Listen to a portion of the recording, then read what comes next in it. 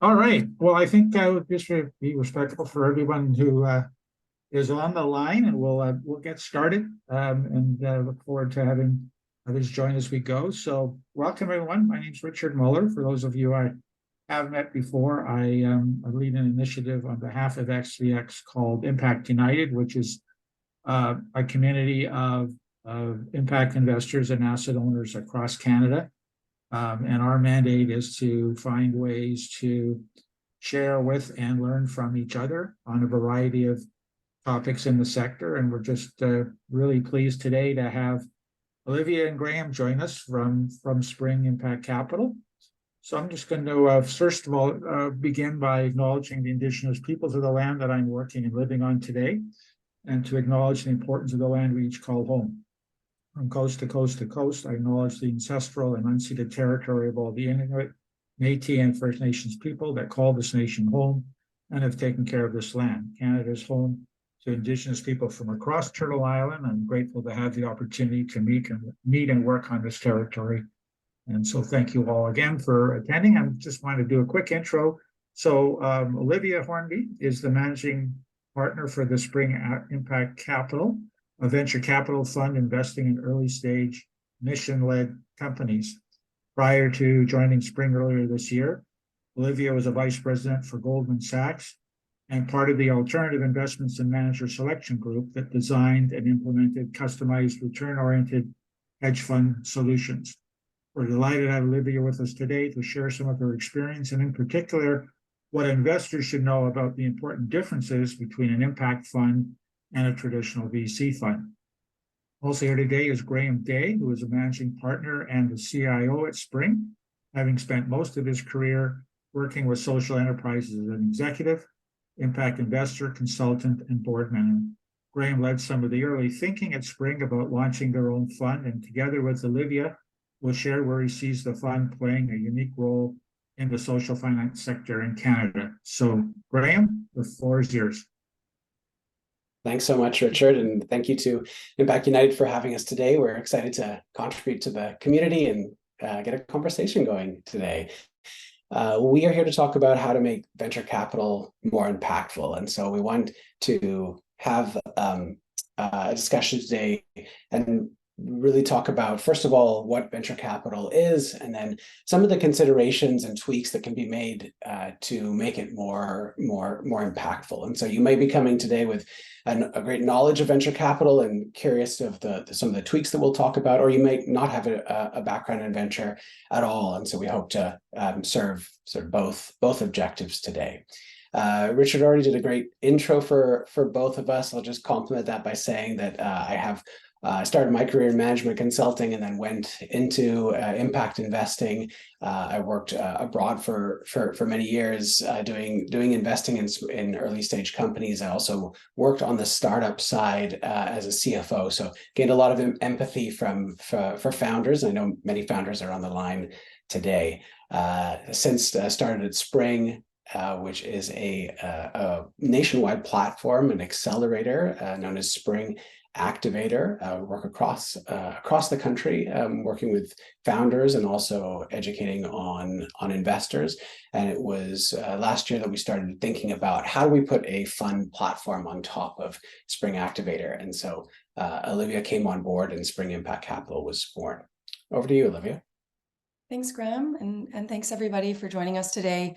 As Richard mentioned, Olivia Hornby, the enlightened banker in the group, so formerly of Goldman Sachs and RBC. I've been in investment management for about 15 years and studied finance, and I left Goldman Sachs about 18 months ago, wanting to do something more meaningful with my career and with my time. And so, of course, that led me to Spring, and that led me to impact investing. So we wanted to kind of kick it off with some thought-provoking photos. And the reason why we did this is when we kind of set out to create our investment thesis for our fund, we kind of asked ourselves to imagine the future and imagine the current challenges we're facing, as well as the likely future challenges that we're going to be facing over the next few decades. And so we just put a couple images here to kind of start the creative juices flowing, but obviously climate change is a massive challenge here for those of us in BC in particular, the forest fires over the last few months. We see, pictures of waste management, drought, pollution, overpopulation. We're coming off this COVID crisis. So aging, sickness, mental health, and homelessness.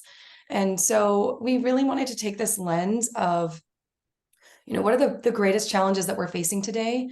But also importantly, what future opportunities or potential for opportunities do these challenges offer to us?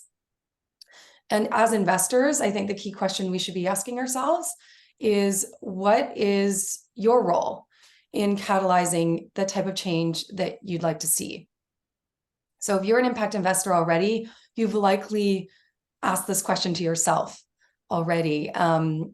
As Graham mentioned, Spring Activator has been around for nearly a decade, entirely focused on impact businesses. And Spring's mission is to change the world through innovation. So working with early stage companies in Canada that are focused in the areas of climate and health and equity. And so when we set out to launch this venture fund, it was really from this lens of, how can we use our capital to catalyze the kind of change that we want to see in the future? And for us, where we landed is that a lot of the innovation, a lot of these change makers are kind of at the early stages of their business life cycle. So how do we support them? And so that led to early stage investing or venture capital investing, which is where you'll find a lot of really interesting innovations globally, really. And while the current kind of venture capital model has provided for, handsome returns for some people, we really believe there's more than one way of investing in early stage companies, and that's what we wanted to kind of discuss with you today. And we also wholeheartedly believe that it is possible to do something really meaningful with your capital, as well as generate fantastic returns. So one of the ways to look for the dual return impact is to borrow from the tech industry and borrow that form of financing, which is venture capital. So a little primer on that VC is really designed to support high risk innovation and really tolerate that risk, and provide that innovation that we so much need in so many of those problem areas that Olivia was speaking to. VC really started in the 70s and 80s, so it's 50 years old, which makes it established, and at the same time, compared to other forms of financing, it's pretty young and still evolving. Some of the early pioneers in this you may recognize: the Sequoia Capitals of the world, the Kleiner Perkins, Excel Partners, etc. Venture capital, the model anyway, really starts with a fund going out and fundraising from institutions and individual investors, and then using that capital to make bets and make investments in young, high-growth companies. And that's important because those companies wouldn't have had another source of capital, really, at least from the private markets. Those early stage companies, as you all well know, don't have really enough assets to support a debt, bank debt, and typically would struggle to get one check from one investor just because the risk profile is so high. So by having it come through a fund, those different investors have their risk pooled, and then that investment can be allocated to companies. Then the fund will accompany those companies to achieve growth and really accelerate their growth. An emphasis on the accelerate there. It's a form of pumping capital into those companies to improve certain metrics. It might be users, it might be top line revenue, or others, and having that grow so that the valuation of the company can grow, so that more venture money can come in, and eventually drive an exit. So drive a sale of the company within the time frame of the fund, which is typically 10 years, either into the public markets or to another strategic investor. So it's about growth, exit, so that that capital can then be returned to other investors and potentially then recycled into a new fund. So you would know the impact on the economy has been formidable. You would know all of these brands, and it's hard to really imagine a world where we didn't live among these companies. And that was really started by venture. If Apple, Dropbox, these others beyond me had not had access to that early stage risk capital, would have been hard for these companies to get off the ground. Now, there are different types of venture capital companies that come in at different stages. Here's a typical visual of a life cycle of a company. This is modeled on more of a software type company.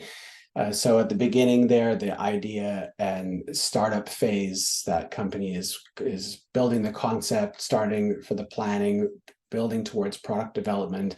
And during that phase, it's still usually friends and family and angel capital. But as the product development matures a little bit and you can start to see some fit with the market and the end users, then early stage venture capital is poised to come in and help with the operational expenses to build the rollout, achieve that product market fit, as we call it, and start moving the company towards more growth, more revenue, and potentially even profits at this stage. There can be then later stage VC that comes in, typically at what we call lettered rounds, Series A, B, C, etc., and then driving the company to exit. If you're curious, Spring Impact Capital, the fund we represent, is working at the early stage and even overlapping a little bit with angels, because that's where we believe the most need is right now in Canada for high innovation companies in the impact space. Olivia? Thanks, Graham. So a little bit about the VC model. So what you'll see here is a depiction of an investor in numerous venture capital funds. And what they did is, over a series of time, they looked at all the underlying investments across hundreds of venture capital funds that they invested in, and tried to lay out the return profiles of the underlying companies that were invested in.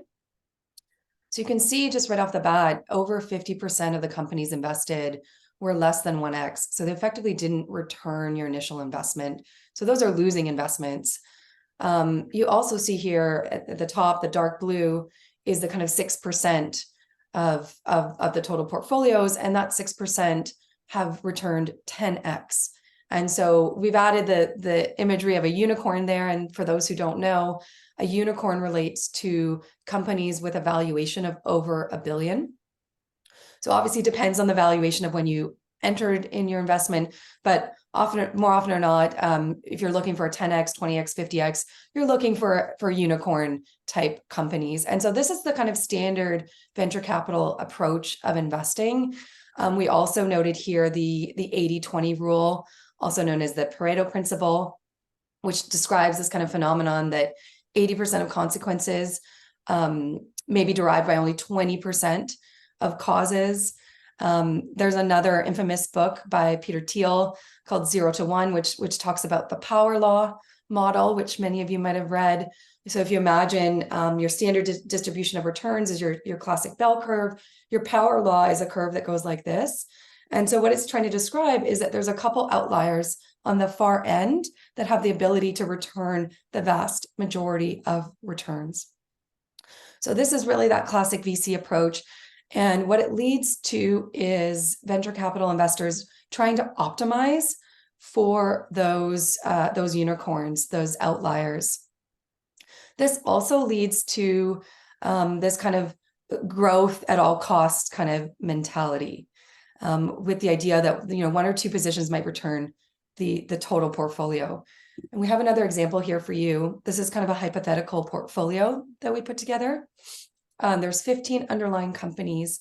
And so you can see the ones highlighted in dark blue. These are the companies that had a 10x return.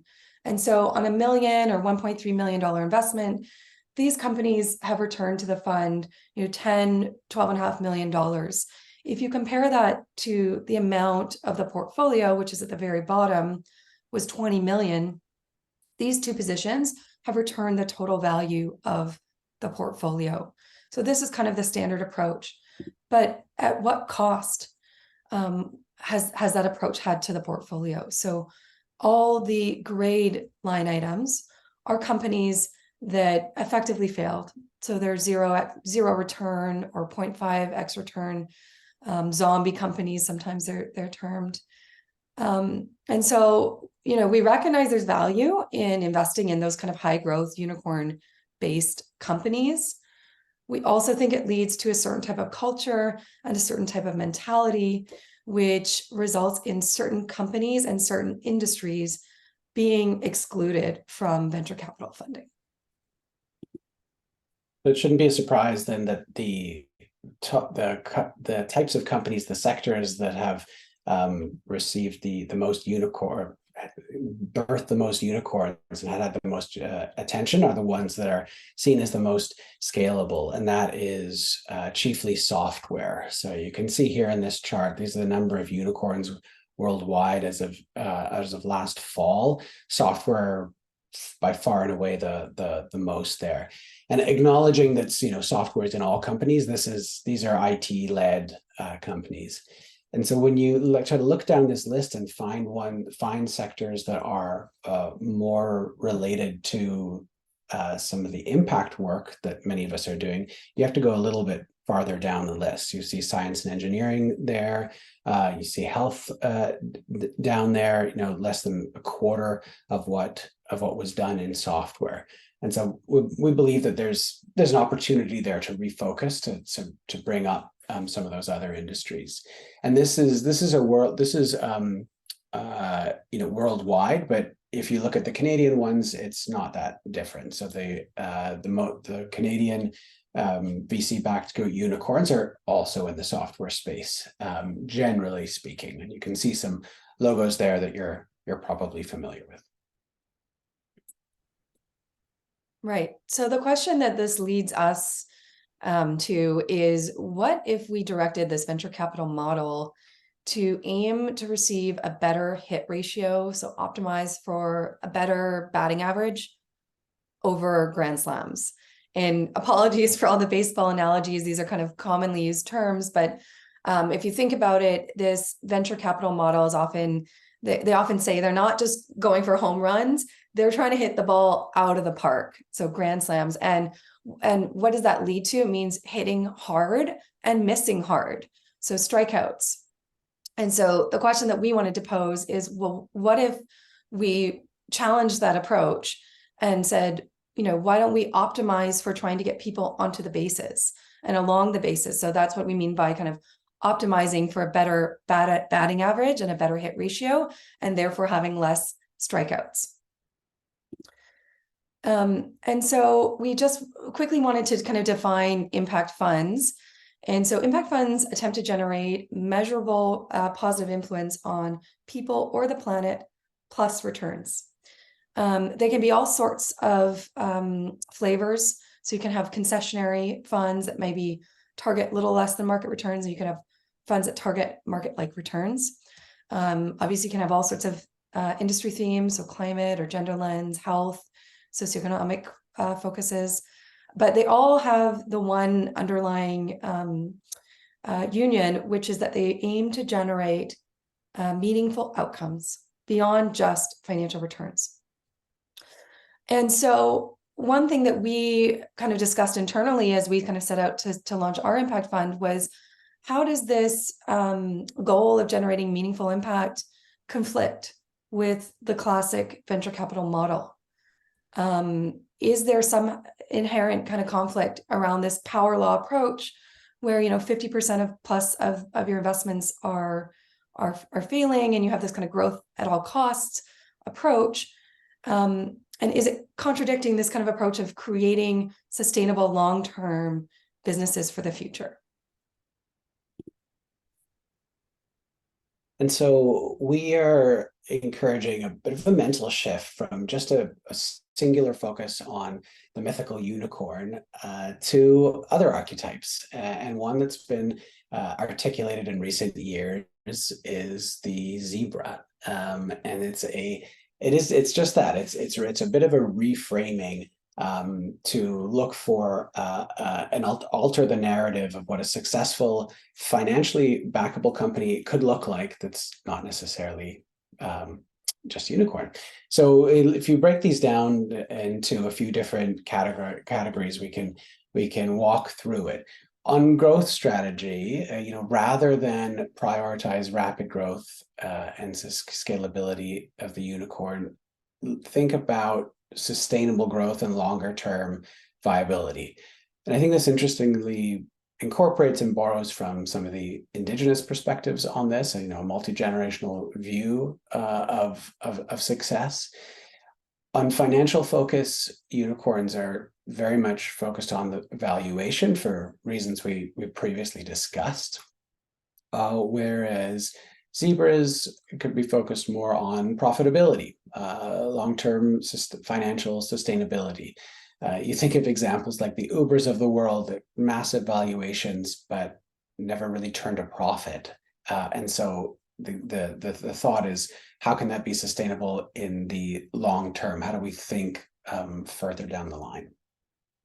On impact and values, rather than focusing on just capturing the large portion of the most important target market, how can we move the values to thinking about the value generated by these by social challenges, by social solutions, I should say, and the impact created there, and deriving the value from that, and therefore resilience in those business models because they're addressing such important change.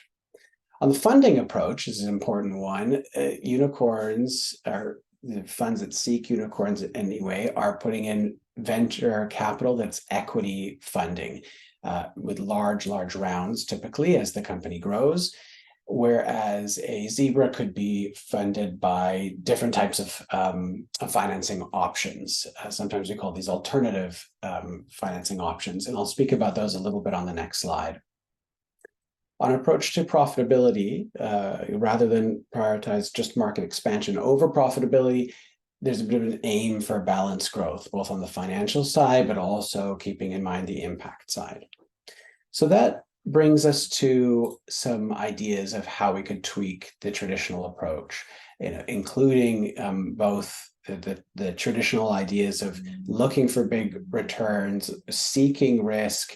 There will be some unicorn seeking there too, but also complementing that with being open to a broader set of options, such as some of those companies characterized by those zebras. So one way is the impact investment themes themselves that will come with impact funds. Those have an advantage in the sense that many of them are tailored for supporting companies that already have policy tailwinds. They're already working in sectors like aging in place, healthcare, climate initiatives that have government support behind them in the form of maybe non-dilutive funding, but also policy opportunities. So it's good business to be following what's important for policy, but also targeting companies that have a sustainability approach is also good business from the sense of those companies statistically have much less turnover. Those companies can often charge higher margins and prices because consumers are willing to pay it. All sorts of research showing that it's simply good business to be focusing on sustainability companies in specific themes. On timeline, I mentioned before that it's a standard timeline of a VC fund is 10 years, which by the time some investments go in and need to come out, that means that VC investors, traditional ones, need to push for an exit in 5, 6, or 7 years. There's the opportunity, however, to have funds that are open, or sometimes termed evergreen funds, where that position can be held longer. And so there's a longer concept of sustainability there and allowing the company to grow within a different timeframes rather than force them all into a cookie cutter approach of a short turnaround. On impact measurement, this is another tweak that supports the fund, and actually, in my experience, has really supported the business intelligence that the founders and the funds can get to drive better business. If you understand fundamentally the impact the company is having, you can also optimize for margins, for growth, for success in the business. And then finally, investment vehicle, which is a critical one. Of course, equity will still be used and still should be used for high growth opportunities with obvious exit opportunities as the company grows. But there are plenty of other companies out there that may not profile for that. And so alternative investment structures that use structured exits can be used to lower the downside risk, but also support these companies. So ideas like revenue-backed financing, where a fund can come and provide capital, which will be paid back over time, not on a specific schedule like a normal debt, but related to how much revenue the business comes in a royalty. Another idea is redeemable equity, where it is equity, but there's an agreement that that equity will be paid back at a certain multiple at a certain time under certain characteristics, thereby allowing the founder to buy back that equity and not have to sell the business to a different company. And so I'll just close this section by saying, just as a thought exercise, is just by making some of those tweaks, you could see how from a traditional portfolio here, where you have half of the companies failing, but getting that 3x return, you could get that same 3x return by having a little fewer failures, but more companies clustered in that low and mid return area. In this example, the impact, the theoretical impact portfolio actually returns more. But what we're just showing you is that you can get to the same result by different pathways. Great. So how have impact funds performed over time? And so we were scouring the universe for the appropriate benchmarks. This is the Cambridge Associates Impact Fund benchmark. I would caveat by saying that these aren't necessarily all the funds that invest in zebras, but these are impact funds. So having a goal of generating returns plus some sort of meaningful impact. And we've compared that. And so the impact funds are in the dark purple. We've compared that to US VC funds. So these are traditional US VC funds, also by Cambridge Associates in their benchmark, and that's in the green bar. And we've compared it to public equities, which is represented by the MSCI All Country Index, which is the gold bar. And so a couple of things to note that I think are really interesting is that the impact funds have outperformed your equity markets over all the time periods. And then the impact funds have closely kept up, almost kept up to the traditional VC funds over time. I think the greatest takeaway that we wanted you to take from this is that there is a possibility of generating meaningful returns and meaningful impact from investing in these kind of impact funds. But a few case studies that we want to just throw out there to contextualize some of this and show that some companies have really gone end to end in this cycle, have been supported by seed funds all the way through venture capital and had exits. And one of those is Beyond Meat, one of the premier brands in plant-based meat alternatives. Obviously has a lot of impact from reducing the resources required to make that protein, animal welfare. There's a climate change element to this too, obviously. And so that was a company that was exited back, or went IPO'd back in 2019, and really ran the whole gamut. And so investors made money there, and then the impact is quite measurable and important as well. Another example that we wanted to share with you is carbon engineering. So this is a BC-based business. And I love this example because this is a climate example, and it's a direct air capture CO2 business where they're gathering CO2 from the atmosphere and producing low carbon products.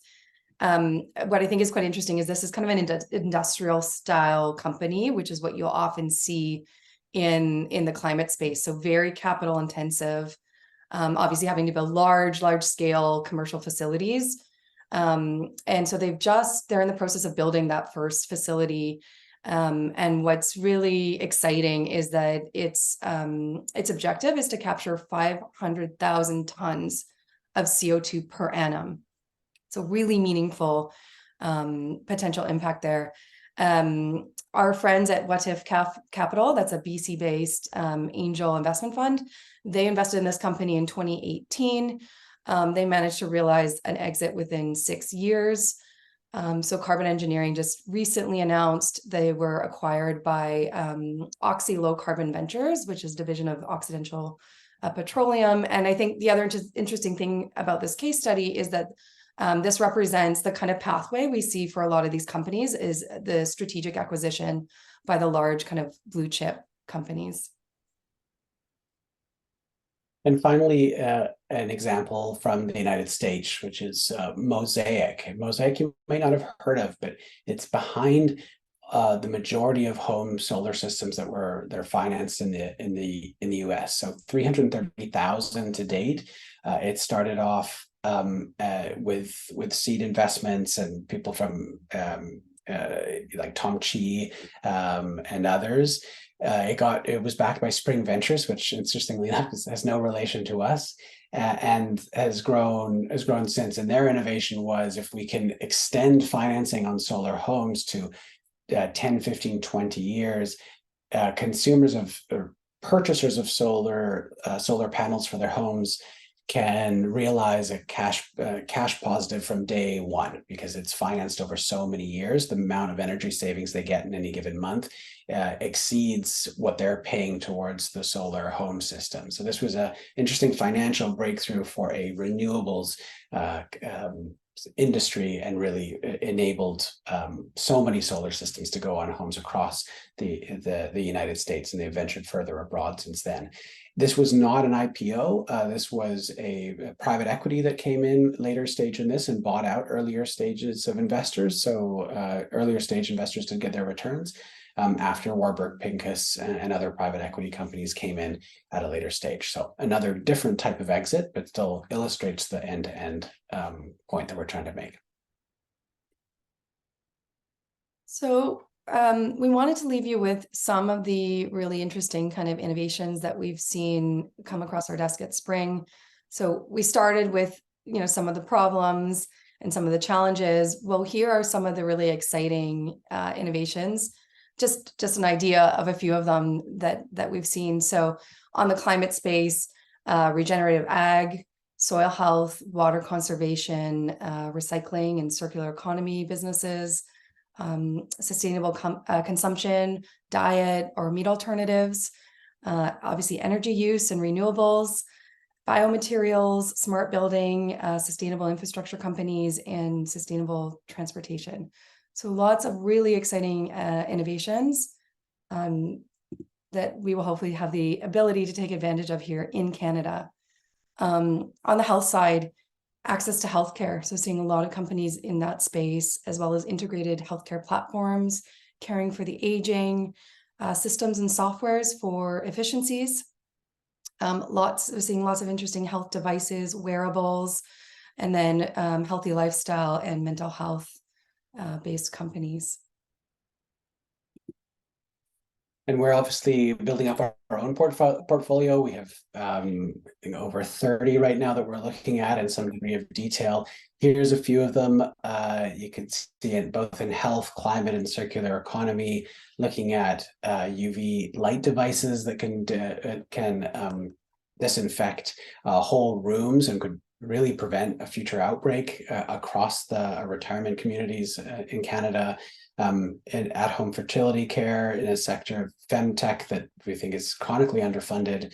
We are looking at compostable plastic substitutes, a company that is made from ocean and forest-based fibers, which is very game-changing.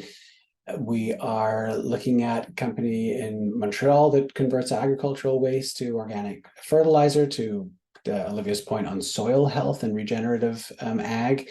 And then a company that's doing electrochemical treatment for removal and destruction, actually, of microplastics in effluent waters to protect our oceans. So all great businesses, all incredible game-changing technology, and all from right here in Canada.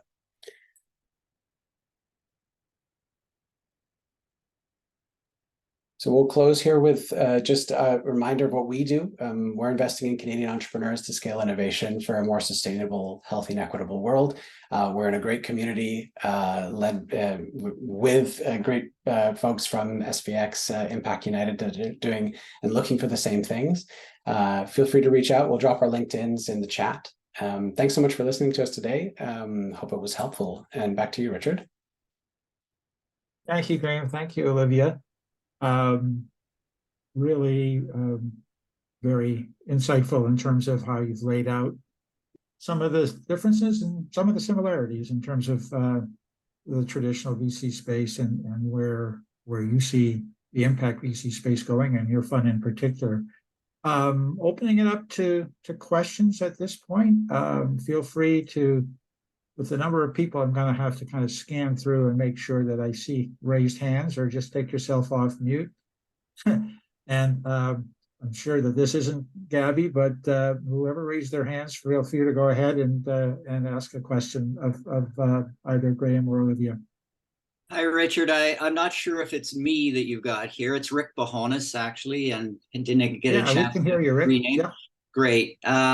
Just a quick question. A small-time angel investor, advisor to early-stage businesses, and I've been looking at a company that is an upcycle company in the food industry. So they're taking spent grain and turning it into a packaged good product, processed product. Just wondering what the temperature is out there for that kind of investment. Yeah, we've seen similar companies to that. Might know the one you're speaking about. I think there's interest in it. What we've seen challenging for that space is getting the off-taker agreements. So to have the business model such that the investors can take the risk and put in the capital, and knowing that those spent grain and products are going to be purchased. We get asked a lot about supporting CapEx and for large amounts. And given that we're specialized in the early space, it's sometimes hard to aggregate that much capital to make the CapEx investment. So we see appetite for it, I think, is the short answer. Preferably when it's when there's also some non-dilutive and grant options coming in for the government to help defer some of that CapEx risk. Great, thanks. You're welcome. Kevin? Kevin, I think you've got your hand up. Yeah. Hi, everyone. Thanks. Thanks for today's presentation. Will this slide deck that was used today be sent to us? Yeah, we'll coordinate that with Spring, and everyone who's registered will find a way to share the link to the deck or the deck itself. Thank you. I have an A. Richard up next. It's Agnes. Thank you. I have a question for the people that are setting up the fund through Spring, and I'm wondering if there is any mechanism to be inclusive regarding Indigenous entrepreneurial projects and startups, because in Canada, certainly the Truth and Reconciliation Commission recommendations, one of them in business and finance was to include Indigenous enterprise. So I wonder if you could speak to that. Thanks. I can take this one. It's definitely something that we've thought about, and we are certainly out there looking for interesting companies. I think that something that Graham had talked about earlier on around different types of financing might be really attractive in this scenario, where redeemables or revenue-based agreements can offer the ability to fund a company but not gain ownership. So non-dilutive sources of funding. And what I've heard, and albeit I'm not an expert in the Indigenous space, but what I've heard from speaking to some of the entrepreneurs is that there is concern around selling shares of their business to kind of outsiders. So I think that's where the flexible approach of providing capital in a non-dilutive way or in a redeemable way, where they have the option of kind of purchasing back their equities, can help catalyze, but at the same time, be aware of kind of some of the cultural challenges. So absolutely, we're looking for opportunities. And if anyone has really interesting entrepreneurs with scalable business models, please feel free to share them with us. See, in just a second, Igor. Agnes, I just put a note in for everyone in the chat. We at SEX, we're going to be launching later this month a report that we've done on the capital gap for Indigenous-led enterprises in Canada called Taking Steps. And I put my email address there for anyone who's interested in getting a copy of that or hearing about our launch event in Toronto on the 24th. So thanks for that question. Igor. Hi, just a question about the minimum qualification for the fund, like to be considered. Specifically, what's the minimum technology readiness level that you would consider? Thanks, Igor. Looking at usually beyond a 6, TRL 6, preferably 7, but we're kind of in that space on technology readiness level. Look for minimum check sizes for what we're investing between 250,000 up to about 450 for our first check, and then we have follow-on capital to be used after that. So that answers your question.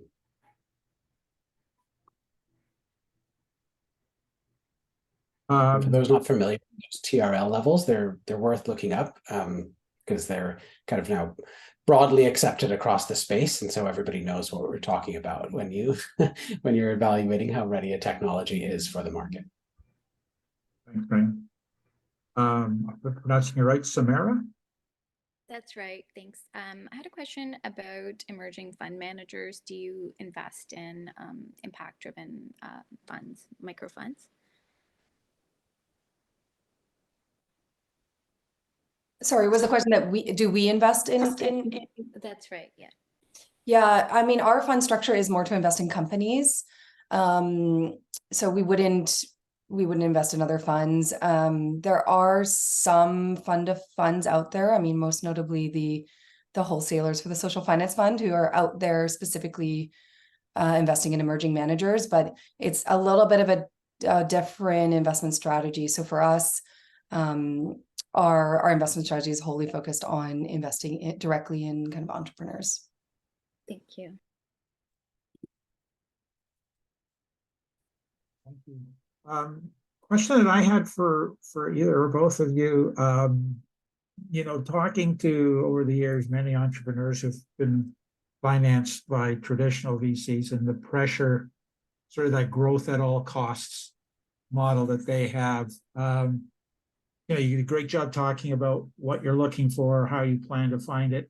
Talk a little bit about what your management approach is to working with and supporting the investees in your portfolio, and how that you think will differ from the approach that many traditional VCs use to kind of keep the thumb on the growth side of things at all costs. Yeah, I'll talk about how we come from the accelerator, which is Spring Activator, sorry. So we are used to working with early stage entrepreneurs, and so what we are doing in our processes is we're getting to know an entrepreneur, a founder for prospective investment. We're also taking keen note of milestones they need to hit, areas that they need to work on, and even things like mental health of the founder. Like, really want it to be kind of a comprehensive view of what they need. And so post-investment, we have a program that they will be customized for them to be able to fill in those gaps, Richard, and kind of really support it. As to whether growth at all costs or not, a lot of that stems from those early conversations and what expectations are being set. If the founder comes in and says, "Look, I want to grow this fast," then there has to be a plan against it. But we really take the time to learn whether that's what they want or that's just what they've been told to say, if that makes sense. Right. Yeah, Olivia, did you have any other thing? Yeah, I would also just add that I think one of the challenges in the space is that a lot of these larger venture funds have considerable amount of assets that they need to deploy, and therefore don't have the time or resources to really kind of handhold early stage entrepreneurs, and you'll see a lot of them actually go Series A plus, because I think for one of those reasons, the early stage entrepreneurs require a lot of support. And so we have that benefit of having the sister organization of Spring Activator with the 36 individuals across the country, who basically it's based on supporting entrepreneurs. So we have a bunch of programs internally where we have the kind of resources to really support entrepreneurs in the early days. And so we still want these businesses to grow, and we need to realize returns for our investors. But I think that we can do so in a way where we define their kind of KPIs more holistically. And of course, when we look at their key performance indicators, our KPIs, we'll look at profitability. We'll also look at diversity, impact, what sort of impact metrics do you have? So they're not only held accountable for, the inherent growth of the business, but also what measurable impact that business is making on people or the planet. Thank you. Thank you both. We're going to transition just for a few minutes because we want to share with everyone some new developments at SVX in terms of accessing more information on funds like Springs Impact Fund, and providing a resource to all investors across Canada about the impact fund space. So I'm going to throw it over to Adam Spence, the CEO of SVX, to take a few minutes to bring people up to date on that. So Adam, over to you. Perfect. Many thanks, Richard. And so let me just quickly share my screen. And let me know when that shows up on your screen first, Richard. Got it. Got it. Okay, great. And I'm going to do one last trick, and that is to show it in full screen, and that'll also go a little bit. So let me know if you see that full screen on your side. Perfect. Excellent. I love the video thumbs up versus the emoticon thumbs up. It's so much more personal. So just a bit of background, and great, you've talked about impact venture capital, and an excellent presentation by our friends and colleagues at Spring. And so as you're now really keen and excited about it, because you've gotten all in the know about it, there's a recognition, though, when we think about impact investing, it's really like a set of different farm markets if you're thinking about where you're trying to find impact investments. So you have to take many trips to multiple destinations, not necessarily easy to find these opportunities. Offerings come and go, and you need to be in the know as to where you would find these with referrals and other individuals that would be within your network. And so think about that in terms of how the market is currently organized. And so where we want to take things in impact investing in Canada is to a consolidated supermarket, where our platform, which we've operated now for over 10 years, would make it much more easier and efficient to be able to have a one-stop shop, easy to browse and find something that suits your needs, from private equity funds to loan funds to bonds, to browse, to have them continually restocked and be relevant both for casual investors, researchers, as well as serious investors. And so it would be this one-stop shop supporting deal sourcing and having a number of key components. So one is a universal database of all private offerings currently available to Canadian investors. There'd be a smaller subset, something called Impact X, which would be a curated set of qualified and vetted private opportunities as recommended by a set of advisors and as meeting a certain set of impact management and financial criteria. And then some specialized research that was either available or could be purchased, and then connected to a set of services, helping particularly asset owners and managers take the first step or next step on their journey. And so when you think about it as a visual, it then looks like this. You have this universe of, I said, loan funds, social impact bonds, green bonds, LPGP funds, real estate funds, community land trusts, and beyond, available, accessible in terms of its information. And then inside, you've got that vetted set, providing a number of benefits. So low, no cost for issuers, increasing visibility and access, both to issuers and investors, seeing those as recognized or vetted opportunities, ultimately making it much more efficient to get information, express interest, and syndicate deals. And the idea you can connect with peers and leaders to be able to drive your own growth.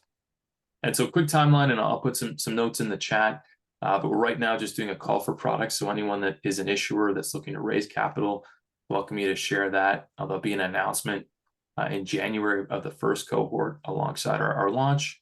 And then on a biannual basis, we'll continue to refresh and restock the supermarket. So hopefully it gives you just a bit of an overview of what we're looking to do. There's a webinar taking place tomorrow. If you want to do a second webinar in a second day about impact investing, which I know you're all keen to do, now you're all excited.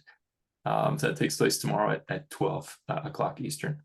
And we'll put some notes in the chat about that. But appreciate the opportunity to share and welcome any other follow-up questions in the chat. I'll stop there. Thanks, Adam. Thanks, everyone, for today and for your interest in the topic. I'm sure Graham and Olivia would be keen to hear from any of you as a follow-up. Their contact information is in the chat as well. We'll be following up with some follow-up information. Kevin, is your hand up for another question? Or Yes, a question for Adam. Where can we get more info on this SVX? It sounds like that's features of a couple of different angel networks that I belong to here in Ontario. Great. Yeah, I'll put some notes in the chat where you can sign up as an investor for the wait list, and then more information on the platform, etc. So I'll put some notes in there, and then you can find more info. Thank you. you can also include that in the follow-up email to everyone as well. Well, great. Thank you, everybody. We'll give you all 7 minutes back in your day. I appreciate everyone taking the time to join us today and helping us all continue to learn more about how we can participate in this space together. So thank you all and enjoy the rest of your day. Thanks again, Olivia and Graham. Thanks, Richard. Thanks, Adam.